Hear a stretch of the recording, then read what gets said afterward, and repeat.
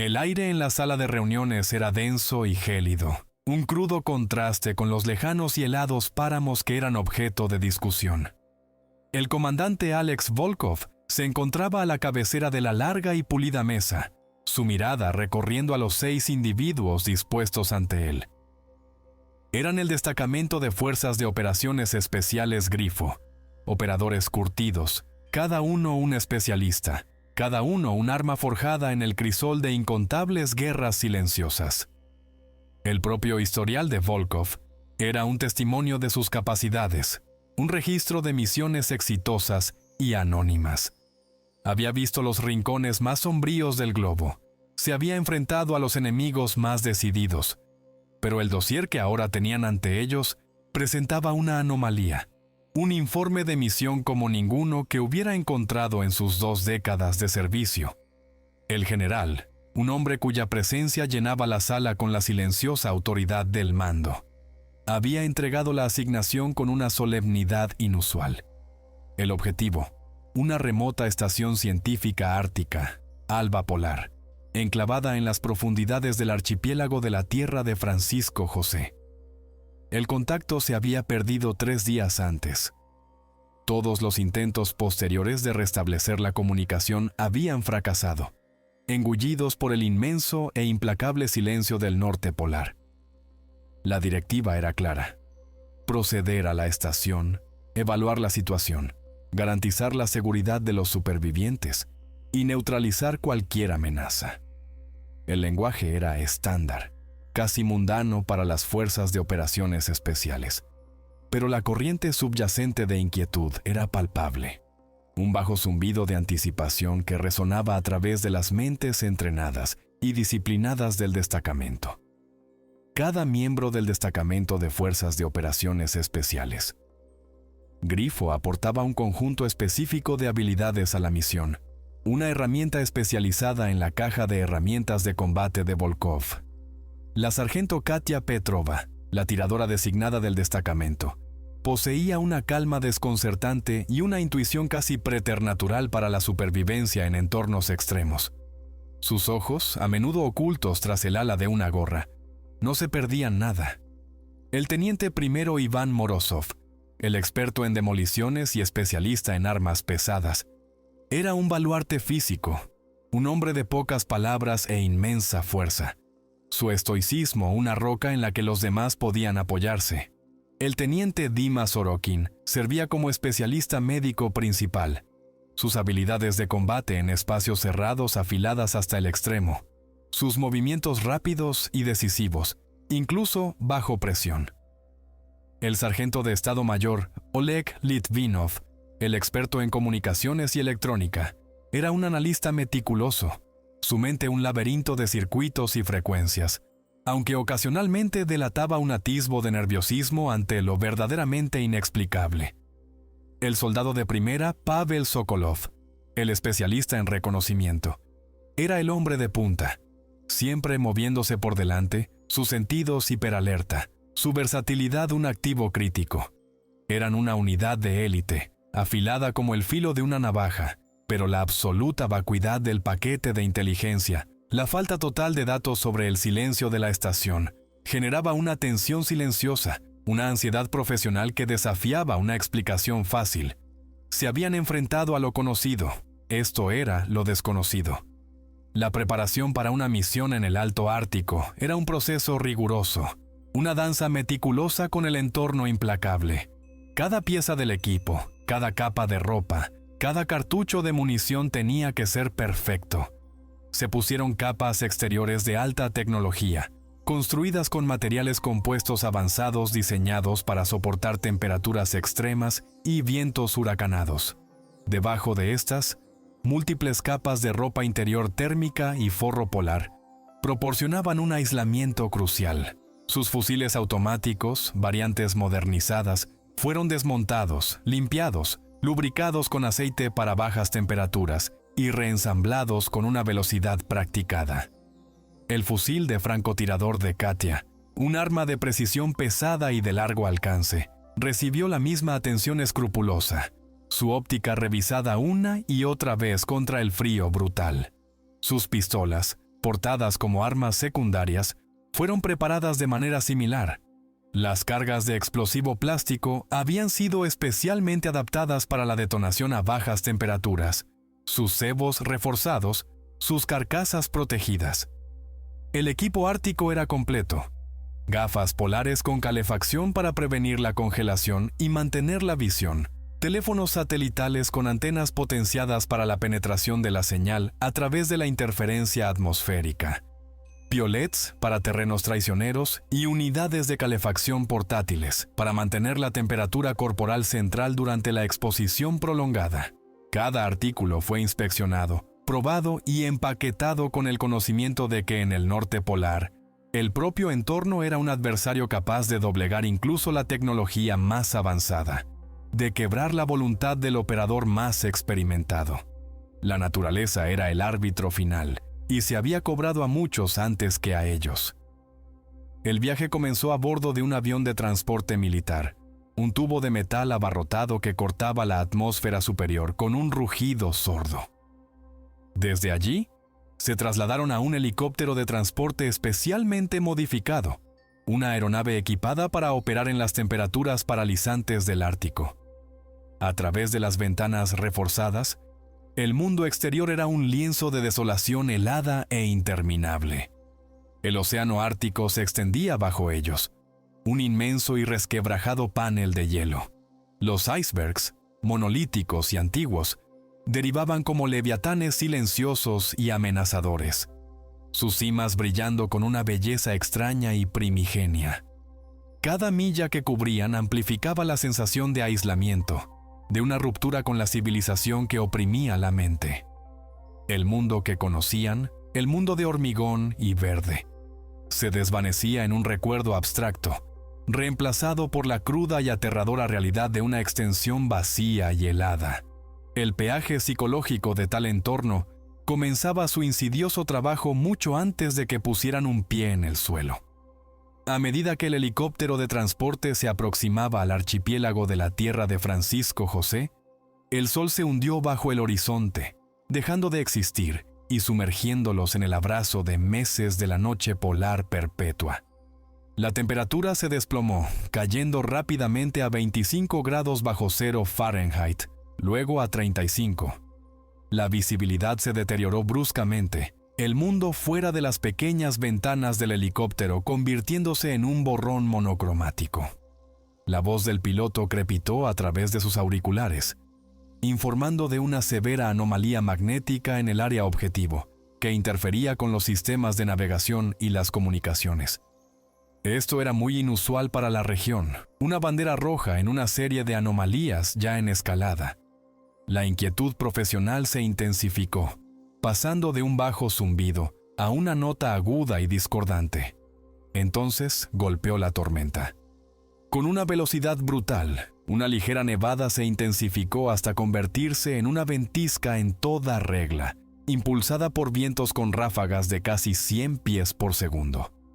El helicóptero se sacudió y estremeció, un juguete arrojado por un dios enojado. El piloto luchó por el control, los rotores gritando contra la fuerza del vendaval, apenas logrando alterar el rumbo para evitar una colisión con formaciones rocosas incrustadas de hielo que se materializaban desde el caótico remolino blanco. El contacto por radio con la base se volvió intermitente, un susurro fracturado ahogado por una abrumadora cacofonía de estática y ruido blanco. La vulnerabilidad de su posición, del hombre contra una fuerza indómita e indiferente de la naturaleza, se hizo sentir. El sargento de Estado Mayor Litvinov trabajaba frenéticamente en su consola, intentando abrirse paso a través de la interferencia, restablecer un enlace, pero las ondas de radio seguían siendo una tempestad de interferencia electrónica. El helicóptero finalmente atravesó lo peor de la tormenta, alcanzando las coordenadas de la estación, pero la visibilidad seguía siendo casi nula. Afuera, el mundo era un vórtice arremolinado de blanco, un vacío cegador y sofocante. El sargento de Estado Mayor Litvinov, todavía encorvado sobre su equipo de comunicaciones, continuaba sus desesperados intentos de asegurar una señal, de captar un susurro en el silencio rugiente. El éter permanecía obstinada y aterradoramente mudo. Volkov tomó la decisión. Inserción inmediata. Cada minuto perdido representaría una apuesta fatal para cualquier superviviente.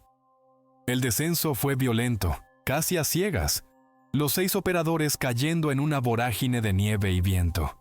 El helicóptero, azotado sin piedad por la ventisca que regresaba, se elevó al instante, su piloto asumiendo la desesperada apuesta por la supervivencia, dejando a los 6 miembros del destacamento de Fuerzas de Operaciones Especiales Grifo completamente solos, engullidos por el corazón helado e indiferente del desierto polar.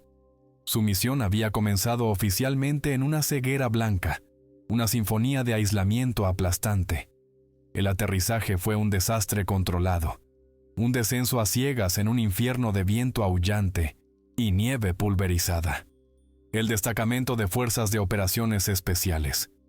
Grifo golpeó el suelo con fuerza, sus pesadas botas árticas hundiéndose profundamente en ventisqueros que ocultaban trampas invisibles. La visibilidad era inferior a 3 pies. El mundo un sofocante vacío blanco donde arriba se fusionaba con abajo. Y todo sentido de la orientación quedaba aniquilado.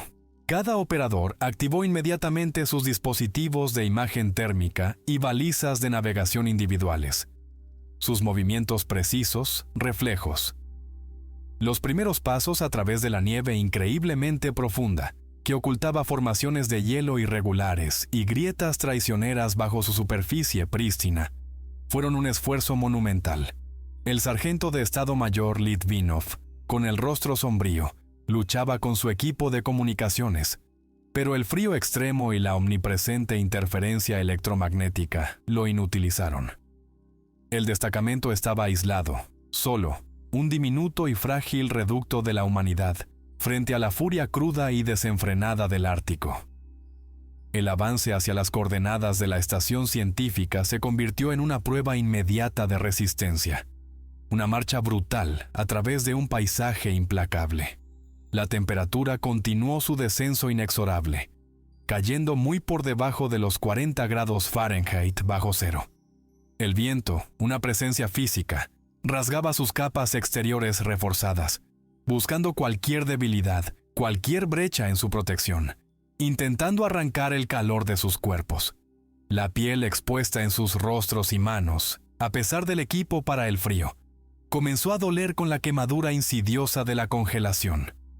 El soldado de primera Sokolov, siempre moviéndose en la punta de lanza, escaneaba constantemente la blancura arremolinada, sus sentidos operando a un nivel intensificado, casi frenético. Lo sintió primero, una cualidad sutil, antinatural, en el silencio sepulcral que impregnaba la tormenta, roto solo por el aullido del viento. No había animales, ni pájaros, ninguno de los débiles sonidos que caracterizaban incluso a las tierras más remotas e inhabitadas. Era un silencio más profundo, más absoluto que cualquier cosa que hubiera experimentado. Era el silencio de la muerte. Horas de movimiento implacable y agotador finalmente revelaron formas débiles e indistintas a través del velo agitado de nieve. Las siluetas de las estructuras se materializaron lentamente, solidificándose en los contornos de los módulos de la estación científica Alba Polar. Desde el exterior, parecían anormalmente prístinos, casi intactos por la ferocidad de la ventisca. Una cruda contradicción con la escala de la tormenta que acababa de asaltarlos. Pero entonces el silencio regresó. Un manto pesado y sofocante. No había luz en ninguna ventana, ni señales de movimiento, ni volutas de humo de las rejillas de calefacción. La estación estaba abandonada no recientemente, sino por un periodo prolongado e indefinido. Su falta de vida hablaba por sí sola. El destacamento se movió con cautela practicada, rodeando lentamente el perímetro de la estación. La sargento Petrova, su cámara termográfica barriendo las paredes y ventanas, no detectó nada, ni firmas de calor, nada. Los ventisqueros llegaban a los tejados en algunos lugares, enterrando los niveles inferiores de las estructuras. La ausencia total de huellas, Ni motos de nieve, ni personal, ni vehículos alrededor de la estación levantó inmediatamente serias alarmas. La falta de signos visibles de sabotaje, explosivos o lucha en la superficie levantó inmediatamente serias alarmas. Todo parecía demasiado limpio, demasiado perfecto, un inquietante cuadro de desolación imperturbable. La falta de daños visibles era más perturbadora de lo que habría sido una destrucción manifiesta.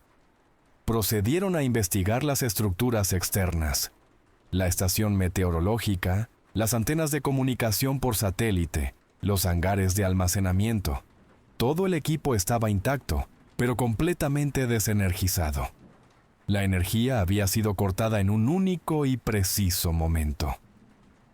En una de las antenas de satélite, el soldado de primera Sokolov descubrió extrañas y profundas muescas. Algo enorme e increíblemente afilado había rastrillado las gruesas capas de hielo y metal, cortando la aleación endurecida que había debajo. No eran marcas de herramientas humanas, ni de ningún animal conocido que habitara el Ártico. La precisión de la destrucción, combinada con la naturaleza imposible de las marcas, comenzó a pintar un cuadro que desafiaba la explicación convencional. Volkov tomó la decisión de entrar en el módulo de vivienda principal. La puerta, pesada y aislada, estaba cerrada con llave, pero sin daños. Esto profundizó aún más la inquietud del destacamento. El teniente primero Morozov, usando un kit de apertura especializado, forzó meticulosamente la cerradura, sus movimientos deliberados, silenciosos. La tensión dentro del destacamento aumentó. Cada operador lo sentía ahora, una certeza fría y rastrera de que estaban al borde de algo inexplicable, algo irreversible. El frío amargo que los había asaltado desde el exterior, ahora emanaba del interior de la propia estación. Los calentadores habían fallado hacía mucho tiempo. El corazón mismo del complejo se había congelado. La pesada puerta se abrió con un gemido, un chirrido discordante que rompió el silencio absoluto de la estación. Dentro, reinaba una oscuridad impenetrable, rota solo por los haces crudos y enfocados de sus linternas tácticas, que tallaban sombras distorsionadas en la negrura tinta. El aire era pesado, estancado, con un olor débil e inquietante, una mezcla de algo metálico, como sangre vieja, mezclado con el olor fresco, casi estéril, del ozono y el innegable frío del hielo antiguo. Esto no era el resultado de un simple acto de sabotaje o un fallo mecánico. Esto era algo mucho peor, algo que desafiaba los parámetros de su entrenamiento, algo que resonaba con un pavor primario y profundamente perturbador. Ya no buscaban simplemente supervivientes. Estaban entrando en una tumba.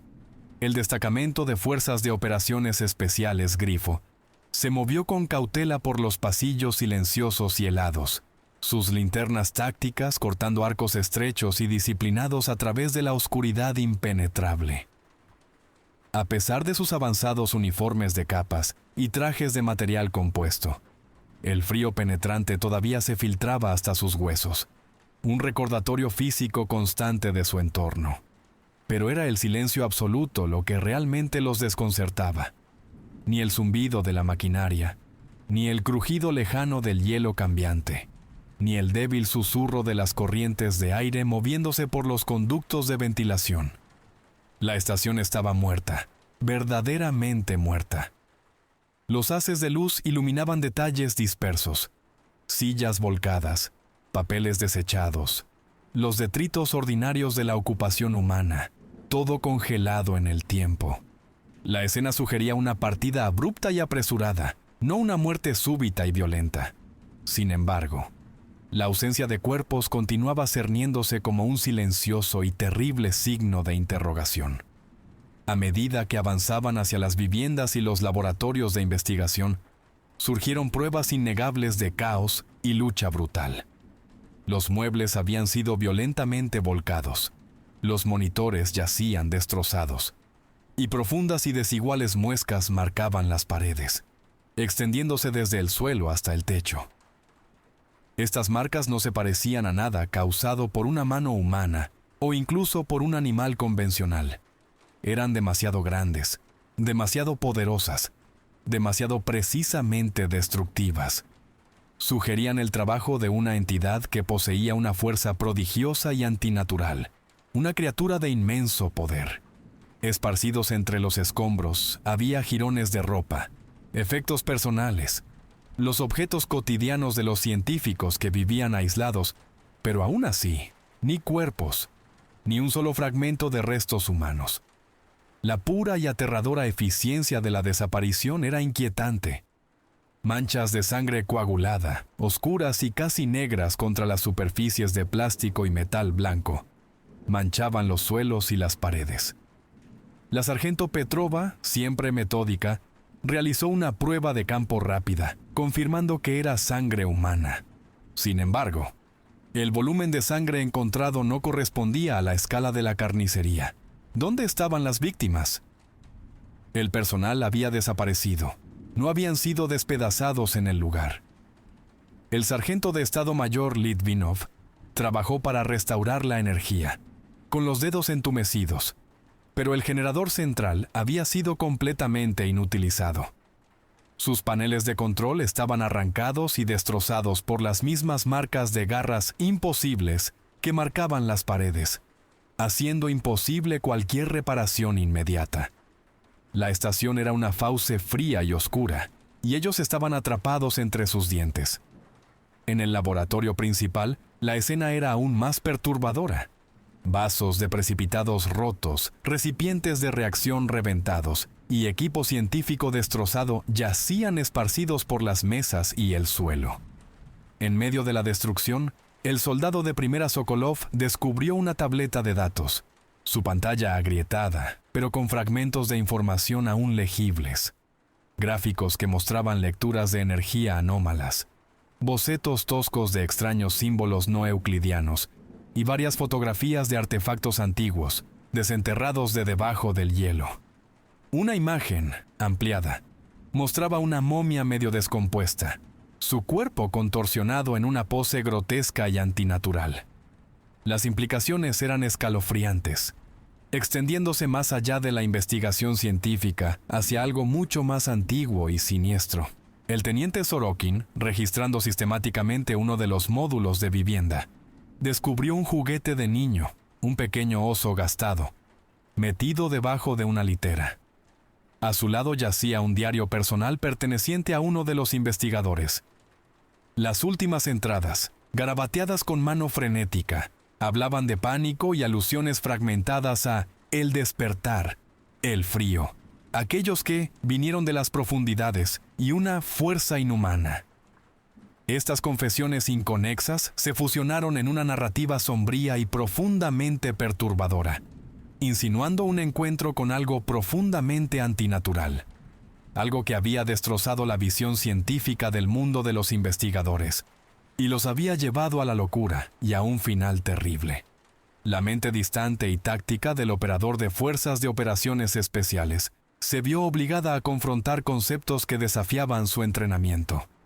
A medida que el destacamento se adentraba en la estación, la sensación omnipresente de ser observados se intensificó. El frío se profundizó, creciendo más allá de la mera temperatura, convirtiéndose en una presencia palpable. El aire se volvió más pesado, denso con un peso invisible. Sus linternas tácticas comenzaron a parpadear, a veces apagándose por completo durante breves y aterradores momentos. Una energía invisible absorbía su luz, absorbía su presencia. Un miedo rastrero e irracional, frío y visceral, comenzó a afirmarse. Un asalto insidioso a sus años de riguroso entrenamiento y con postura endurecida. El instinto de retirarse gritaba en sus mentes, pero la misión exigía avanzar. En uno de los compartimentos técnicos, detrás de una pila derrumbada de estanterías y metal retorcido, el teniente primero Morozov vio una grieta anormalmente recta en el suelo, parcialmente oculta por escombros de construcción. Era demasiado precisa, demasiado geométrica para ser natural. Usó una pequeña y cuidadosamente colocada carga de explosivo plástico para despejar la obstrucción, evitando meticulosamente dañar la integridad estructural principal del módulo. Debajo de los escombros se abrió un túnel estrecho y oscuro, que se hundía en las profundidades heladas debajo de la estación. De su fauce no solo emanaba frío, sino una exhalación gélida y mortal, que les erizó el vello de la nuca. Volkov, comprendiendo que cualquier respuesta que quedara yacía en ese abismo, tomó la difícil y peligrosa decisión. Descenderían. Lo desconocido los llamaba, y estaban obligados a responder a su llamada. Antes de comprometerse con el descenso al túnel recién descubierto, los agudos ojos de la sargento Petrova divisaron varias cajas de madera peculiares, parcialmente ocultas bajo una lona en un almacén adyacente. Había quizás una docena de ellas, pesadas y voluminosas. Cuando el teniente primero Morozov abrió con cuidado la tapa de una, descubrieron que estaba llena de tierra seca, negra e inerte, un hallazgo extraño y ominoso para una estación de investigación ártica. No era tierra local, era ajena al entorno polar, traída aquí meticulosamente, con un propósito que solo podían empezar a imaginar. Las implicaciones fueron inmediatas y profundamente inquietantes. En la tapa de otra caja, el soldado de primera Sokolov descubrió una serie de símbolos toscamente grabados. Eran antiguos, distintos, con un parecido sorprendente a los capturados en las fotografías de la tableta de datos. El sargento de Estado Mayor Litvinov, utilizando un escáner portátil, intentó cotejarlos con alfabetos rúnicos o sistemas pictográficos conocidos. El intento resultó infructuoso. Estos símbolos desafiaban cualquier cultura humana o registro lingüístico conocido. Volkov, correlacionando los hallazgos con las frenéticas entradas del diario y la perturbadora imagen de la figura momificada, comenzó a formarse una hipótesis aterradora. La síntesis de las pruebas recogidas, las imposibles marcas de garras que marcaban las paredes, las peculiares manchas de sangre, la ausencia total de cuerpos, las extrañas cajas de tierra extraña, la destrucción precisa del generador, los inexplicables símbolos antiguos, convergía en una conclusión escalofriante. La estación había sido atacada por algo completamente fuera de los parámetros de las amenazas convencionales. No era obra de saboteadores, ni de ningún animal depredador conocido. Era otra cosa, algo antiguo, algo que rozaba los límites del mito y el folclore. La estación científica se había convertido en un coto de caza, y ahora estaban caminando hacia las fauces de un depredador más allá de toda comprensión. El destacamento comenzó el riguroso proceso de equiparse para el descenso. Cambiaron sus luces tácticas estándar por linternas más potentes, con capacidad infrarroja, asegurando iluminadores infrarrojos a sus fusiles automáticos. Sus auriculares de comunicación estándar fueron cambiados por versiones modificadas diseñadas para filtrar la interferencia electromagnética avanzada. Cada operador revisó meticulosamente sus armas, acerrojando cartuchos, reemplazando los cargadores por otros nuevos. La tensión era algo vivo, que respiraba en el espacio confinado, estirada hasta su límite absoluto. El sargento de Estado Mayor Litvinov, con el ceño fruncido por la concentración, intentó activar un dispositivo de interferencia experimental, un prototipo diseñado para contrarrestar la interferencia electrónica que sabía que estaba detrás de las averías de comunicación y el comportamiento errático de su equipo. Creía que afectaría a cualquier fuerza invisible que estuviera manipulando su electrónica. El túnel se hundía abruptamente hacia abajo, estrecho y claustrofóbico, minuciosamente tallado en el permafrost. Sus paredes estaban cubiertas con una gruesa y antigua capa de hielo, que brillaba débilmente a la luz infrarroja.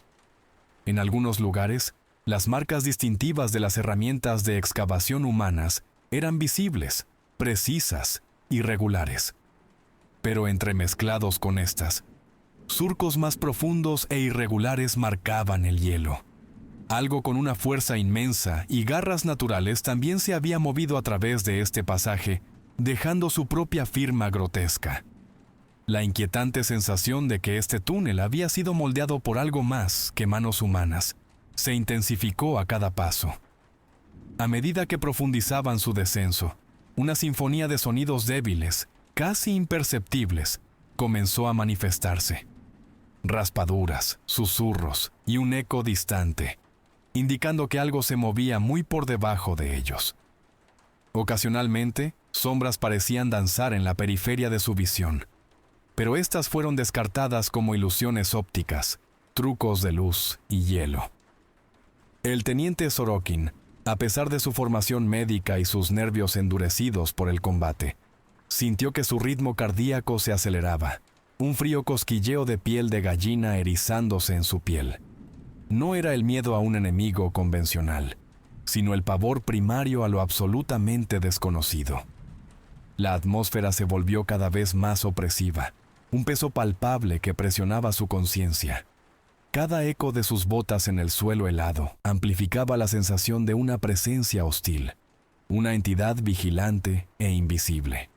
Volkov, su rostro una máscara de sombría determinación, comprendió que se habían topado con algo profundamente peligroso, incluso metafísico, algo que quedaba fuera del alcance de su extenso entrenamiento militar. Sus instintos, afinados por años de combate, gritaban por una retirada táctica, por abortar la misión y solicitar un bombardeo estratégico. Pero también reconocía el imperativo. Estaban obligados a descubrir la verdad, a comprender la amenaza y a evitar su propagación. Dio la orden, su voz un murmullo bajo y firme en las comunicaciones. Continúen el avance.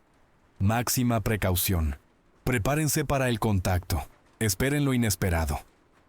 Avanzaron hacia lo absolutamente desconocido, listos para una lucha donde ninguna regla se aplicaba.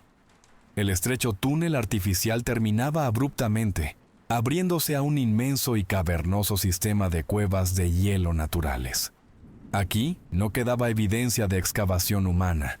Este era un espacio primordial, esculpido naturalmente por fuerzas geológicas durante incontables milenios. Las paredes y el techo, un caleidoscopio de hielo antiguo y centelleante, reflejaban su luz infrarroja en 1.000.000 de puntos fracturados. Imponentes estalactitas y estalagmitas de hielo creaban un paisaje surrealista, pero profundamente inquietante. Una catedral helada de una escala inimaginable. Cada sonido, cada raspadura de una bota, cada orden susurrada, era magnificada y distorsionada por la acústica del vasto espacio, creando un entorno de engaño auditivo. La temperatura aquí se desplomó aún más, alcanzando casi 50 grados Fahrenheit bajo cero, un frío crudo e intransigente que succionaba el calor de sus propios huesos, pero iba acompañado de una extraña sensación adicional. No era simplemente frío físico, era un frío penetrante que calaba el alma, minando la fuerza y la esperanza. El sargento de Estado Mayor Litvinov, con el aliento condensándose densamente frente a su rostro, notó que sus instrumentos se comportaban de manera errática. Las lecturas de temperatura subían y bajaban inexplicablemente, y su contador Geiger emitía ráfagas aleatorias e inexplicables de radiación. El entorno mismo era hostil, infundido con una energía extraña. En el reluciente suelo de hielo de la cueva, el soldado de primera Sokolov descubrió huellas frescas. Eran largas, delgadas, con profundas hendiduras de dedos, inquietantemente similares a manos humanas pero alargadas, imposiblemente delgadas. Estas huellas conducían más profundamente en el laberíntico sistema de cuevas. Un enjambre de entidades menores se había movido a través de este espacio muy recientemente, evidenciado por una multitud de huellas más pequeñas y numerosas. Debajo de una de las impresiones más grandes, el soldado de primera Sokolov encontró un fragmento de un hueso antiguo y petrificado, su superficie lisa por una edad inimaginable. La evidencia de vida no humana, recientemente presente, se acumulaba. La sargento Petrova, con movimientos deliberados, desplegó varios sensores de movimiento portátiles, astutamente camuflados como fragmentos de hielo. Inmediatamente registraron un movimiento caótico y rápido más adelante, confirmando que algo atravesaba el espacio a velocidades más allá de la percepción humana. De repente, desde las profundidades de la cueva, un sonido débil, apenas audible, les llegó. Un susurro gutural y raspante que eludía por completo sus oídos, resonando profundamente dentro de sus cráneos, induciendo un terror inexplicable y primario. No era el eco del viento, era un sonido de malevolencia ancestral, una voz desde el abismo. La presión psicológica sobre el destacamento alcanzó un punto de ruptura. Su aliento, escarchándose en sus barbas y en los bordes de sus máscaras, se volvió irregular. La congelación en sus rostros y manos, a pesar de sus medidas de protección, progresaba activamente. La tensión era tan aguda que cada pequeño susurro, cada sutil cambio en el aire, se percibía como un peligro inmediato y mortal. Volkov, con la mandíbula apretada, les ordenó moverse en silencio absoluto, dependiendo exclusivamente de su visión infrarroja y de la mínima luz ambiental, con la esperanza de evitar ser detectados. Pero sabía, con una certeza escalofriante, que ya habían sido encontrados. En un nicho lateral de la cueva, descubrieron los restos de varios cuerpos. Eran los científicos desaparecidos de la estación, atrapados en un intento desesperado y fútil de escapar. Los cuerpos estaban completamente desangrados, su piel anormalmente pálida y arrugada. Toda la humedad había sido sistemáticamente extraída de ellos. Profundas y grotescas marcas de mordiscos marcaban sus cuellos, y sus ojos, abiertos y fijos, estaban congelados en un cuadro de horror silencioso y eterno. En el agarre rígido de un científico, apretado incluso en la muerte, había una cruz improvisada hecha con 2 trozos de hielo rotos, un gesto final y desesperado de fe frente a un final inimaginable. Este horripilante descubrimiento confirmó definitivamente sus peores temores. No eran enemigos humanos ni animales convencionales. Era algo que consumía sangre, algo sacado de las leyendas más oscuras y aterradoras. El teniente Sorokin, con su formación médica inútil ante tales heridas, intentó comprender la naturaleza de las lesiones, pero nunca había encontrado nada remotamente similar en ningún texto médico o informe patológico. Volkov, con los puños apretándose y abriéndose dentro de sus pesados guantes, emitió la orden escalofriante y necesaria. Su voz, aunque baja, transmitía una autoridad absoluta y una finalidad sombría. Maten todo lo que se mueva, sin cuartel, no son humanos. El destacamento pasó a la máxima preparación para el combate, su entrenamiento superando su terror. Estaban atrapados en lo más profundo del corazón de una pesadilla indescriptible, y la lucha por sus vidas acababa de comenzar. El destacamento de Fuerzas de Operaciones Especiales. Grifo se movía a través de un pasaje estrecho, que se abría a una caverna más expansiva más adelante. Sus cámaras termográficas barriendo el espacio helado, cada sentido preparado para el contacto. El aire estaba cargado de una amenaza invisible. Sin previo aviso, sin un solo sonido precedente, el ataque estalló desde la opresiva oscuridad. Algo se movió con una velocidad imposible, casi imperceptible en las condiciones de poca luz y los haces parpadeantes de sus iluminadores infrarrojos. El soldado de primera Pavel Sokolov, el hombre de punta, fue el primero en caer. Su cuerpo se aflojó, una repentina y horrible ingravidez, mientras una entidad invisible se lanzaba desde la negrura absoluta y lo agarraba por el cuello. Sus linternas tácticas, encendidas y enfocadas, rasgaron la oscuridad, iluminando imágenes horripilantes.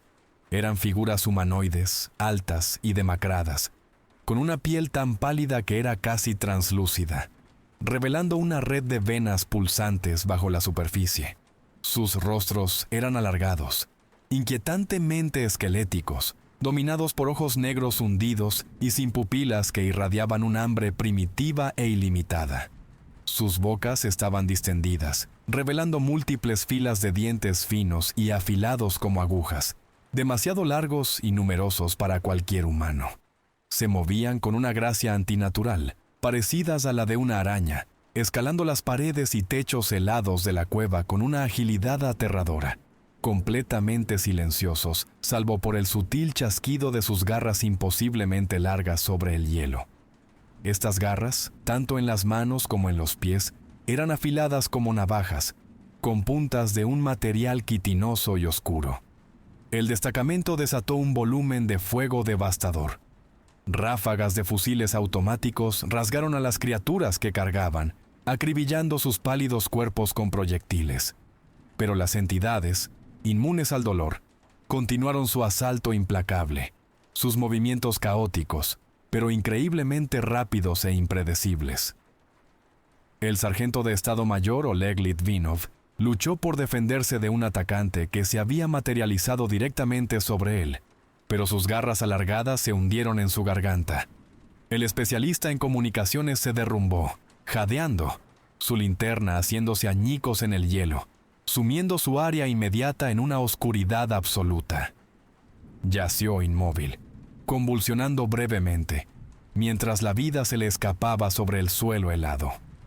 Volkov, a pesar del shock y la pérdida repentina y brutal de 2 operadores, mantuvo un núcleo de calma glacial.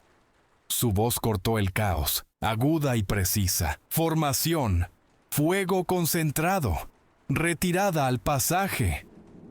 La sargento Petrova y el teniente primero Morozov trabajaron en un sombrío tándem, proporcionando fuego de cobertura, sus fusiles automáticos escupiendo proyectiles trazadores, apuntando sistemáticamente a las cabezas y torsos de las criaturas. El teniente Sorokin, moviéndose con una velocidad desesperada, intentó llegar al soldado de primera Sokolov y al sargento de Estado Mayor Litvinov, pero era demasiado tarde. Ambos estaban desangrando, sus cuerpos enfriándose rápidamente, sus formas ya comenzando a fusionarse con el ambiente mortal de la cueva. En la brutal y desesperada batalla cuerpo a cuerpo, los operadores notaron una vulnerabilidad crítica. Aunque resistentes al fuego de armas pequeñas convencionales, los impactos directos en la cabeza o el área del corazón ralentizaban visiblemente a las criaturas, haciéndolas estremecerse o retroceder. Además, mostraban una aversión a la luz directa. Las linternas tácticas, apuntadas directamente a sus ojos negros, las hacían retroceder, perder el equilibrio y desorientarlas momentáneamente. Esto ofrecía al destacamento una ventaja táctica pequeña, pero vital. La explotaron, creando escudos de luz parpadeantes para ganar preciosos segundos, para hacer retroceder la oscuridad invasora y el asalto implacable. Tras la brutal pérdida de 2 camaradas, Volkov tomó la dura decisión. No habría demoras ni recuperación de los caídos. Tenían que romper el contacto y avanzar más profundamente, para encontrar una posición defendible para un reagrupamiento desesperado. Su munición disminuía rápidamente. El teniente primero Morozov, trabajando con sombría eficiencia, desplegó varias minas antipersonal a lo largo de su línea de retirada, colocándolas cuidadosamente en los estrechos puntos de estrangulamiento. La sargento Petrova proporcionó un preciso fuego de cobertura con su fusil de francotirador, apuntando a puntos críticos, intentando incapacitar a tantas criaturas como fuera posible. Varias entidades más intentaron interceptar su retirada, pero fueron rechazadas por el fuego concentrado de los fusiles automáticos y la fuerza de conmoción de las granadas de fragmentación. El destacamento, ahora reducido a 4 operadores curtidos en la batalla, se abrió paso luchando hacia la siguiente caverna, dejando atrás los cuerpos de sus camaradas caídos y el frío implacable y desalmado. Cada operador superviviente se tambaleaba por el shock, la amargura de su pérdida, pero los instintos primarios de supervivencia se habían impuesto. Ya no era una misión estándar, era una lucha desesperada y sangrienta por la existencia contra un enemigo desconocido y despiadado. Uno que ahora entendían que era simplemente una guardia de avanzada, un sirviente menor. El horror más profundo y aterrador, sabían, aún les esperaba, aguardando en las profundidades absolutas. Atravesando un pasaje estrecho y sinuoso, los 4 operadores de fuerzas especiales restantes se encontraron al borde de una cámara enorme y colosal. no era una mera cueva natural. Era un espacio gigantesco, tallado artificialmente. Un edificio monumental labrado en el hielo sólido y antiguo. Se asemejaba a algo salido de un hallazgo arqueológico de pesadilla, catacumbas y una cripta de una escala inimaginable, claramente construida por una inteligencia mucho más allá de la comprensión humana. El aire aquí no era simplemente frío, era opresivamente pesado, saturado de una energía antigua y muerta que resonaba a nivel físico, presionando sus pechos, haciendo su respiración superficial y entrecortada. Las paredes de esta colosal cámara estaban plagadas de innumerables nichos tallados en el hielo, cada uno conteniendo un oscuro sarcófago de basalto. Docenas, quizás cientos, se perdían en la negrura tinta, su verdadero número perdido en el abismo. Estos sarcófagos estaban hechos de una piedra oscura, casi obsidiana, intrincadamente adornados con los mismos inquietantes y antiguos símbolos que habían visto en las cajas y en el diario del científico. Algunos de los sarcófagos yacían parcialmente en ruinas, sus tapas torcidas, mientras que otros permanecían perfectamente intactos, irradiando un aura inquietante de un sueño profundo y primordial. Sus ocupantes simplemente esperaban el momento adecuado para despertar. En el centro preciso de esta vasta sala, descansando sobre una plataforma elevada de hielo negro, casi pulido, se encontraba el objeto principal de su pavor, un sarcófago masivo y singular. Estaba tallado en un bloque sólido y monolítico del mismo basalto oscuro, mucho más grande que los demás, y adornado con elaborados e intrincados grabados y símbolos que pulsaban con una débil luz malévola. Este era el corazón del laberinto de hielo, el epicentro de la energía muerta que impregnaba toda la cámara. Esta era la fuente, el nexo del horror que habían encontrado. Volkov, basándose en su extensa experiencia en el análisis de instalaciones enemigas y en la comprensión de objetivos estratégicos, se dio cuenta con una claridad escalofriante de que no se trataba simplemente de una formación geológica natural, ni de un anómalo lugar de enterramiento. Todo apuntaba a un esfuerzo deliberado y organizado. Una entidad desconocida había excavado estas reliquias de tierras antiguas y olvidadas, de las profundidades de civilizaciones primigenias, y las había transportado meticulosamente aquí, bajo el hielo, en un lugar protegido del sol y del descubrimiento humano. No era un descubrimiento accidental, era un acto calculado de preservación y redespliegue de un mal antiguo e incalculable. La sargento Petrova, su cámara termográfica barriendo metódicamente, se centró en los sarcófagos. En su interior, no registró firmas de calor discernibles. Todos permanecían inactivos, congelados en su sueño ancestral. Pero del sarcófago central emanaba una firma energética débil pero constante, acompañada de pulsos electromagnéticos intermitentes e inexplicables. El teniente Sorokin, moviéndose con precisión médica, descubrió que varios de los sarcófagos menores habían sido abiertos recientemente. Las cajas vacías de tierra que habían encontrado en la estación ahora cobraban un sentido horripilante. Eran contenedores de transporte para las entidades despertadas, para aquellas que ya se habían agitado de su letargo milenario. Esto confirmaba que las criaturas con las que habían luchado eran simplemente la vanguardia, sirvientes despertados enviados adelante. Volkov, evaluando el alcance total de la situación, lidiando con una amenaza que trascendía toda comprensión humana y doctrina militar, llegó a la única conclusión lógica, aunque desesperada. No necesitaba esperar órdenes del mando, ni el despertar completo de los habitantes de la cámara. Su voz, sombría y resuelta, cortó las comunicaciones. No podemos dejar esto aquí. Debe ser destruido. Todo. El teniente primero Morozov, sin una palabra, extrajo los explosivos plásticos restantes de su mochila y comenzó a prepararlos para su despliegue. Su ojo experimentado identificando puntos estructurales clave dentro de la colosal formación de hielo y alrededor del ominoso sarcófago central.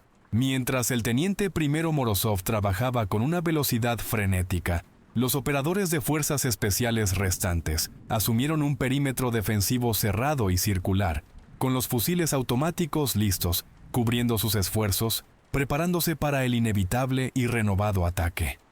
Una aplastante sensación de fatalidad inminente impregnaba el aire gélido, mezclándose con el agudo olor a ozono y el pesado aroma de una edad inimaginable.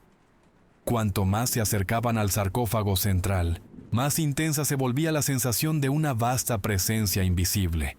Algo inmenso, aún dormido, pero muy consciente de su intrusión. El frío se profundizó hasta un extremo insoportable, el aire mismo vibrando con un extraño y bajo zumbido. La sargento Petrova observó que los antiguos símbolos grabados en el sarcófago central comenzaron a pulsar con una débil e inquietante luz rojiza, como un latido lento y malévolo. El teniente, primero Morozov, trabajó con una intensidad frenética y desesperada, colocando meticulosamente las cargas de explosivo plástico. Las colocó en puntos estructurales críticos alrededor del colosal sarcófago central y a lo largo del perímetro de la antigua cámara, con el objetivo de derribar su inmenso techo y enterrarlo todo bajo toneladas incalculables de hielo y roca ancestrales. La sargento Petrova mantuvo un escaneo constante y vigilante de la oscuridad circundante. Sus ojos, ayudados por la óptica térmica, buscando cualquier atisbo de movimiento, cualquier amenaza incipiente. El teniente Sorokin, con el rostro grabado por una sombría determinación, tenía listos sus escasos suministros médicos y los últimos cargadores que les quedaban, aunque comprendía, con una claridad escalofriante, que contra tal enemigo, sus armas convencionales ofrecían poco más que un gesto final y fútil. Fue en ese preciso momento, mientras el teniente primero Morozov hacía las conexiones finales al detonador, que el masivo sarcófago de basalto negro en el centro de la cámara comenzó a moverse. Lenta, silenciosamente, sin un solo crujido o gemido. Una figura colosal comenzó a elevarse desde sus profundidades. No era un despertar ordinario, ni un simple despertar del letargo. El concepto mismo de pavor ancestral se manifestaba en forma física, una ascensión lenta e inexorable. Las paredes del sarcófago, imposiblemente, se disolvieron, cediendo ante algo mucho más antiguo y mucho más poderoso que cualquier cosa que hubieran presenciado e incluso concebido. La criatura se erguía a una altura aterradora, casi 10 pies de altura. Su piel no era la carne pálida, casi translúcida, de las otras entidades que habían encontrado, sino un gris oscuro y moteado, como si estuviera tallada en piedra ancestral. Profundas fisuras radiantes surcaban su superficie, de las que emanaba un tenue e inquietante resplandor rojizo, reminiscente de lava sobrecalentada bajo roca enfriada. Sus ojos, hundidos en su cráneo alargado, brillaban con una luz carmesí malévola y pulsante, desprovista de cualquier vida y conciencia discernibles, solo un hambre infinita y primordial, y el peso aplastante de eones incontables. Sus movimientos, aunque pausados, poseían una gracia hipnótica e inhumana, una aterradora eficiencia de movimiento. No era una criatura de las leyendas humanas sobre el vampirismo. Era algo mucho más primario, más fundamental, el progenitor de todas esas pesadillas. Con la aparición del anciano, la atmósfera en la cámara sufrió una transformación inmediata y dramática. El frío ya aplastante se intensificó hasta un extremo inimaginable, cayendo muy por debajo de cualquier cosa que su equipo pudiera medir con precisión. Una densa niebla helada comenzó a condensarse y a remolinarse alrededor de su forma colosal, respondiendo a su voluntad invisible, como una extensión viviente de la propia entidad. Las antiguas paredes de hielo de la sala comenzaron a gemir y crujir bajo una presión invisible, y fragmentos de hielo afilados como cuchillas, arrancados del techo y las paredes, fueron lanzados hacia los operadores de fuerzas especiales con la fuerza de proyectiles de alta velocidad. Su mera presencia literalmente absorbía el calor y la luz del espacio circundante, sumiendo la vasta cámara en una oscuridad aún más profunda y profunda.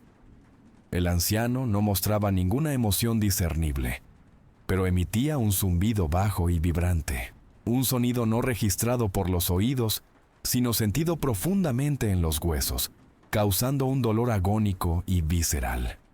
Los operadores de fuerzas especiales sintieron que la sangre comenzaba a gotear de sus narices y oídos, sus órganos internos vibrando en una horrible sincronicidad con la frecuencia resonante de la criatura. Era más que un simple sonido. Era un asalto directo a sus voluntades, un intento aterrador de quebrar sus mentes, de destrozar su misma esencia antes de que pudieran siquiera considerar la resistencia. Volkov fue el primero en reaccionar, vaciando un cargador completo de su fusil automático sobre la figura colosal. Las ráfagas concentradas de disparos llovieron sobre el anciano, pero los proyectiles simplemente se aplastaron y rebotaron en su piel pétrea, chispeando en la penumbra sin dejar ni un rasguño.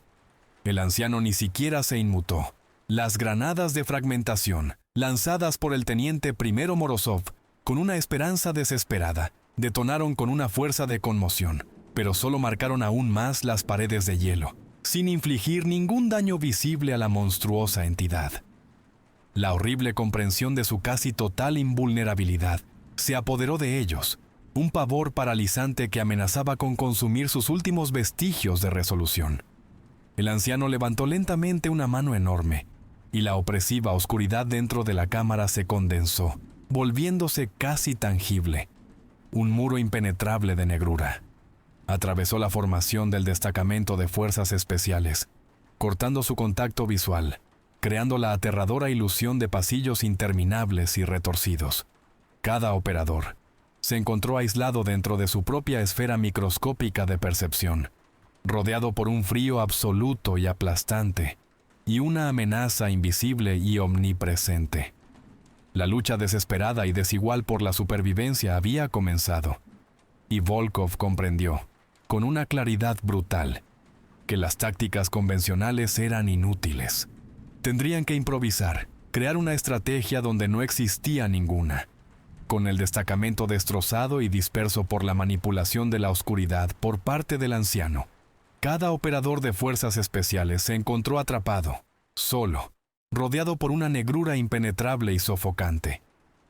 Volkov intentó desesperadamente restablecer el contacto con la sargento Petrova, el teniente primero Morozov y el teniente Sorokin a través del canal de comunicación interno, pero el caos resultante y la abrumadora presión psíquica que emanaba del anciano lo hicieron imposible. El destacamento ya no era una unidad cohesionada. Cada superviviente libraba una batalla solitaria y desesperada contra sombras invisibles y los aterradores ataques invisibles de su enemigo. El anciano se movía con una velocidad engañosa y aterradora para su inmenso tamaño. Se materializaba desde la profunda oscuridad y luego se desvanecía de nuevo en ella, disolviéndose en las sombras y reapareciendo sin un sonido. Sus garras, afiladas como navajas, cortaban el aire gélido con una precisión horripilante. El teniente Dima Sorokin fue el primero en caer en esta nueva fase del conflicto. Intentó evadir un ataque súbito y brutal, pero el anciano lo agarró por la cabeza, su mano masiva cerrándose con un repugnante crujido de huesos. El teniente Sorokin murió al instante, su linterna táctica chisporroteando y apagándose, sumiendo su área inmediata en una oscuridad aún más profunda y escalofriante, su vida extinguida en un instante.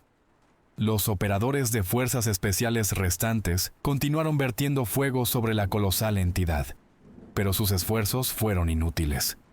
Los proyectiles de los fusiles automáticos se deformaban al impactar con su cuerpo, aplastándose contra su piel superendurecida y pétrea, como si golpearan acero sólido. Algunos incluso brillaban con una tenue y breve incandescencia antes de vaporizarse por el puro y crudo frío de su presencia. La sargento Petrova, con los ojos entrecerrados en una feroz determinación, intentó asestar un golpe crítico en sus ojos brillantes con su fusil de francotirador, pero el anciano, sintiendo la amenaza, se giró con una rapidez antinatural. El disparo simplemente rozó su mejilla, sin dejar ni un rasguño, solo una breve e insignificante chispa contra su piel inflexible. Volkov, reuniendo los últimos restos de su formidable voluntad, comprendió que el enfrentamiento directo era completamente inútil. Ladró una orden a los dos supervivientes restantes, la sargento Petrova y el teniente primero Morozov, para que se centraran en la pura maniobra. Tenían que distraer al anciano, buscar cualquier debilidad concebible, por infinitesimal que fuera, por improbable que pareciera. Adoptaron una táctica desesperada de golpea y corre, cambiando constantemente sus posiciones, disparando ráfagas cortas y controladas con sus fusiles automáticos. Los disparos no estaban destinados a infligir daño, sino a ralentizar a la criatura, a desviar su atención, a ganar preciosos segundos, con la esperanza de una oportunidad para algo más, algo definitivo. El anciano no mostraba ninguna emoción, ni un atisbo de ira o frustración. Sus ojos rojos pulsantes seguían cada uno de sus movimientos con un absoluto y glacial desapego.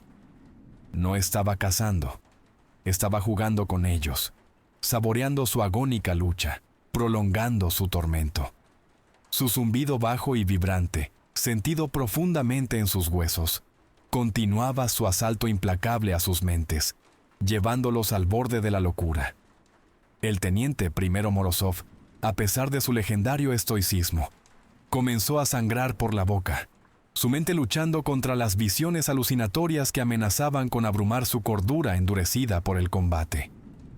El destacamento intentó desesperadamente coordinar su fuego, pero el anciano utilizó de nuevo la oscuridad, tejiéndose a través de las sombras, separándolos. Agarró al teniente primero Iván Morozov por la pierna y lo arrojó contra una pared helada con una fuerza tan devastadora que el repugnante crujido de huesos rotos resonó por toda la caverna. El teniente primero Morozov, con el cuerpo roto y ensangrentado, hizo un intento desesperado y fútil de levantar su fusil automático, pero el anciano lo pisó, y la vida abandonó abruptamente al experto en demoliciones. Su cuerpo se congeló rápidamente, convirtiéndose en otra adición grotesca y silenciosa al paisaje helado. Otro testimonio del poder imposible de la criatura. Solo quedaban Volkov y la sargento Petrova. Estaban presionados contra una pared helada, sus fusiles automáticos casi vacíos, su espíritu de lucha maltrecho pero aún no roto. La aplastante comprensión de su total impotencia contra esta entidad pesaba sobre ellos, un peso sofocante. Volkov miró a la sargento Petrova, a su rostro exhausto, bordeado de escarcha pero ferozmente resuelto. No había miedo en sus ojos, solo una furia ardiente y fría, y la sombría y absoluta comprensión de que la salvación del mundo, por pequeña que fuera su parte, solo llegaría al costo final. Su misión no era sobrevivir, era detener esto, sin importar el precio. Volkov y la sargento Petrova, los dos últimos supervivientes, comprendieron con absoluta claridad que solo quedaba una opción desesperada: activar las cargas de explosivo plástico que el teniente primero Morozov había colocado tan meticulosamente. El anciano se movió hacia ellos, su forma colosal deslizándose lentamente, con su gracia inmutable y fría, deleitándose en su desesperación. Volkov, vaciando los últimos cartuchos de su fusil automático, intentó atraer su atención, proporcionar una cobertura crucial para la sargento Petrova, mientras buscaba frenéticamente el detonador, ahora perdido entre el caos y los escombros. La sargento Petrova, con el costado sangrando por un fragmento irregular de hielo que el anciano había arrancado de la pared, se arrastró hacia el cuerpo congelado del teniente primero Morozov, su mano extendida, buscando el detonador aferrado en su rígida mano. El anciano, indiferente a sus movimientos desesperados, centró su mirada roja y pulsante en Volkov, quien estaba gastando metódicamente su último cargador. Los proyectiles, meros guijarros contra su piel pétrea, aún cumplían su propósito, distraían, obligando a la monstruosa entidad a parpadear brevemente, a alterar sutilmente su trayectoria ganando preciosos y fugaces segundos. Los dedos de la sargento Petrova, temblando por el frío, el dolor y la abrumadora adrenalina, se cerraron alrededor del detonador en la mano congelada del teniente primero Morozov. Estaba dañado, su carcasa agrietada, pero la pequeña luz indicadora aún brillaba débilmente, desafiante. Sabía con una certeza escalofriante que este era su único camino hacia un final definitivo. Observó, con una claridad nauseabunda, cómo el anciano avanzaba sobre Volkov, sus monstruosas garras levantadas, a punto de asestar el golpe final y mortal. El tiempo no solo se estaba acabando, ya se había ido. El anciano, sintiendo su intención final, intensificó su asalto psíquico. El sonido vibrante en sus huesos se convirtió en un crescendo insoportable, clavando una aguja al rojo vivo de agonía a través de sus cráneos. El mundo se volvió borroso y nadó ante los ojos de la sargento Petrova. Vio imágenes grotescas y distorsionadas de sus camaradas caídos, sus rostros retorcidos por el dolor.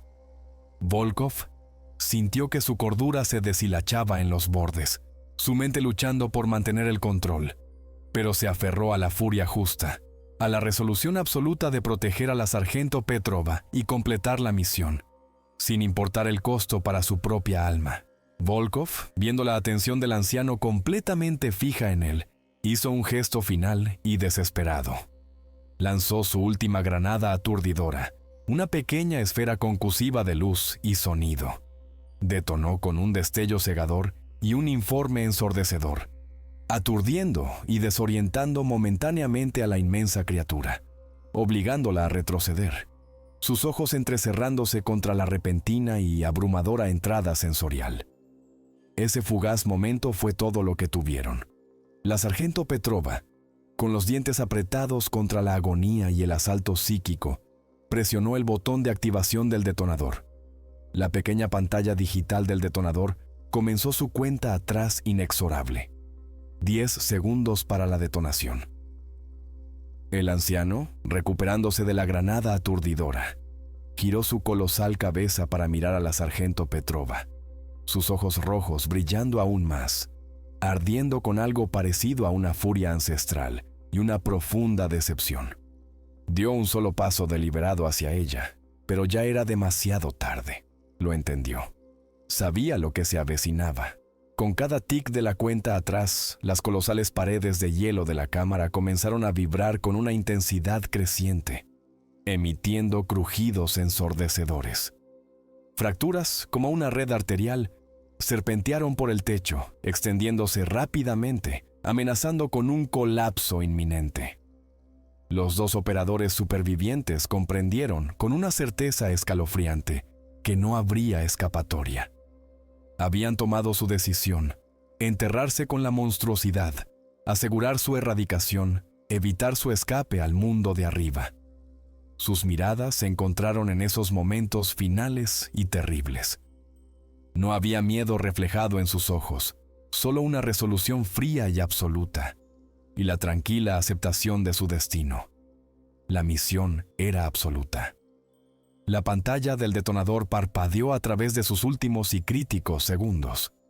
Luego, con un rugido que hizo temblar la tierra, los inmensos arcos de hielo de la cámara comenzaron su catastrófico colapso. Trozos de hielo, del tamaño de camiones militares blindados, llovieron desde el techo, pulverizando los antiguos sarcófagos y enviando temblores estremecedores a través de la propia roca madre del abismo helado. El anciano, comprendiendo lo inevitable, desató un rugido profundo y vibrante que resonó a través de Volkov y la sargento Petrova hasta sus mismos huesos, pero a estas alturas, el sonido no tenía poder. Era el sonido de un dios atrapado y moribundo. El anciano se abalanzó sobre la sargento Petrova, sus movimientos impulsados por una furia súbita y primigenia, intentando evitar lo inevitable. Volkov, con su propio fusil automático vacío, su cuerpo maltrecho y roto, se lanzó hacia adelante.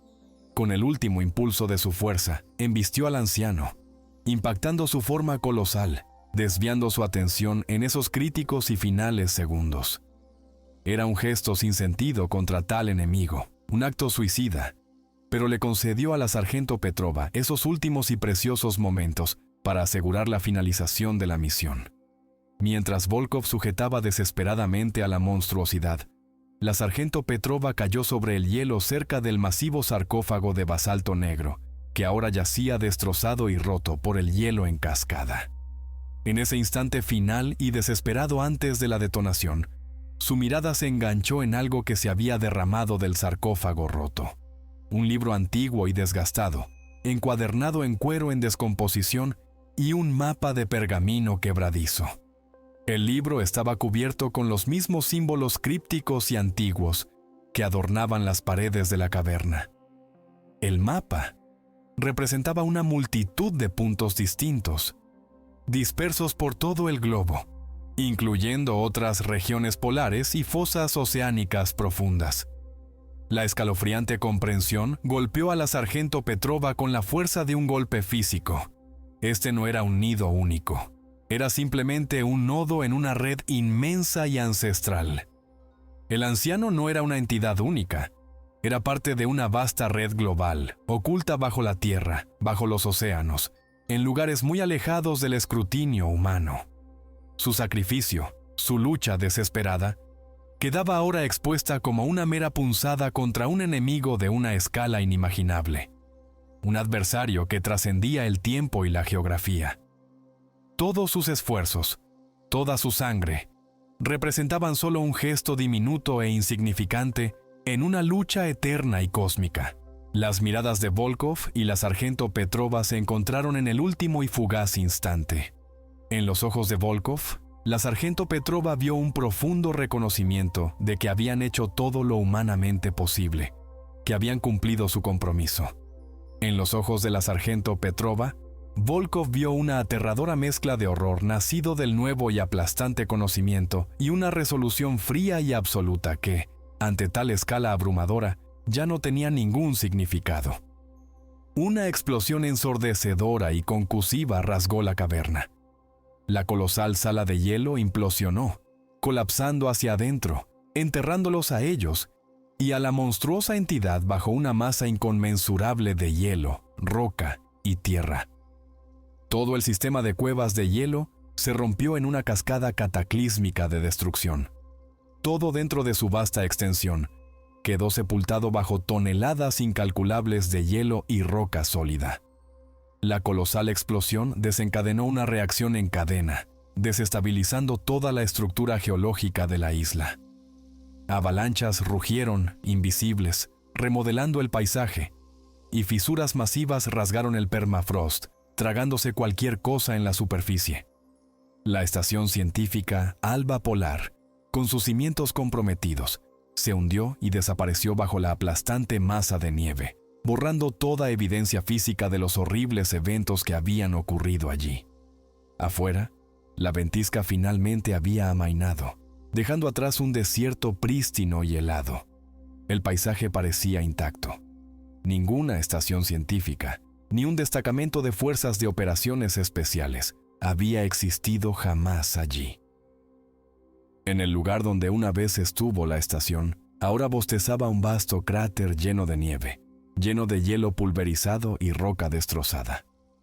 Del destacamento de fuerzas de operaciones especiales, Grifo, no quedaba nada más que recuerdos y los ecos fragmentados de sus últimas transmisiones de radio, abruptamente cortadas en el preciso momento de la explosión, una semana después de los eventos cataclísmicos, con la furiosa ventisca finalmente habiendo agotado su furia y las condiciones climáticas haciendo la región temporalmente accesible. Un rompehielos de rescate dedicado, el Centinela del Ártico, llegó a la ubicación conocida de la desaparecida estación científica.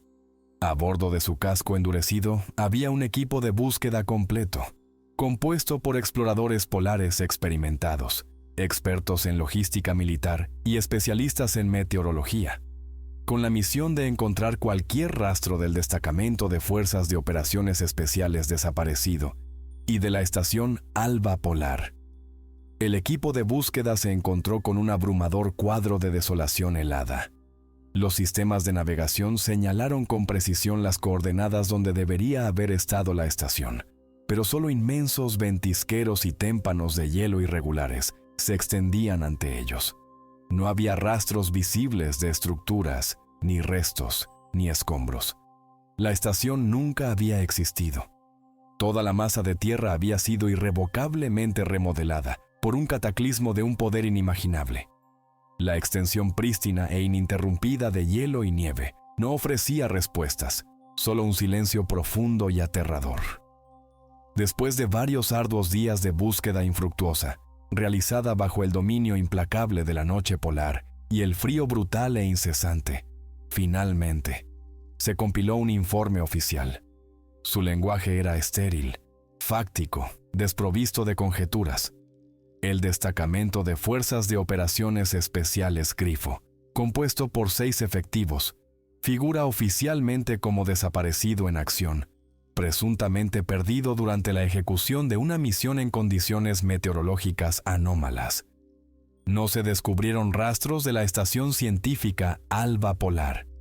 Se hipotetiza que la estación fue completamente destruida como resultado de un cataclismo natural imprevisto, específicamente un deslizamiento de tierra masivo o un colapso glacial. El caso se cerró sumariamente debido a la ausencia total de pruebas y a la imposibilidad práctica de continuar con los esfuerzos de búsqueda y recuperación en un entorno tan extremo.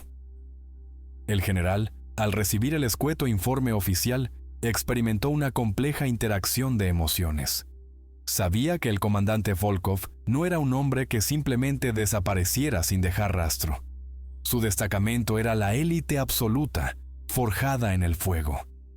Todo lo que quedaba eran fragmentos de sus últimas y confusas transmisiones de radio, abruptamente interrumpidas por una potente e inidentificable estática, un sonido que emanaba de las profundidades mismas de la Tierra, seguido de un silencio absoluto y escalofriante. No poseía ninguna explicación lógica, ningún dato cuantificable para respaldar tal premonición. Pero sentía, en lo más profundo de sus entrañas, que esto no era el final. Un sumergible, el Explorador Profundo 3, que había sido enviado para realizar una inspección no relacionada de anomalías en aguas profundas y una búsqueda periférica de cualquier resto de la estación perdida, hizo un descubrimiento asombroso. A una profundidad de varios cientos de pies bajo el mar Ártico, sus cámaras de alta resolución capturaron imágenes de una extraña fisura, imposiblemente recta, en el hielo sólido del lecho marino. Era demasiado precisa, demasiado geométrica para ser una fractura tectónica natural, más parecida a una incisión colosal y deliberada. De esta fisura increíblemente profunda, una débil luz roja rítmica comenzó a emerger, pulsando con una regularidad inquietante. No era bioluminiscencia ni era actividad geológica. Era una luz antinatural, pulsando con un ritmo que imitaba extrañamente un latido lento y profundo. El operador del sumergible, desconcertado por el fenómeno inexplicable, intentó cautelosamente hacer zoom en la fuente, forzando los límites ópticos de las cámaras de aguas profundas. Y entonces, en el extremo del encuadre, a través del resplandor carmesí y la etérea y helada penumbra de las profundidades, una silueta colosal se hizo discernible. Una figura enorme, casi monolítica, moviéndose lenta, deliberadamente, pero innegablemente, dentro de las aplastantes profundidades. Todavía estaba viva, estaba esperando. Y en algún lugar a su alcance, llevaba el mapa y el libro, señalando hacia otros nidos, otros lugares de mal ancestral. La señal de la cámara del sumergible se cortó de repente, la imagen desapareciendo, dejando al espectador lidiando con una verdad fría y omnímoda. El mal antiguo no había sido destruido, simplemente había sido sepultado temporalmente, y su eventual redespertar era ahora solo una cuestión de tiempo.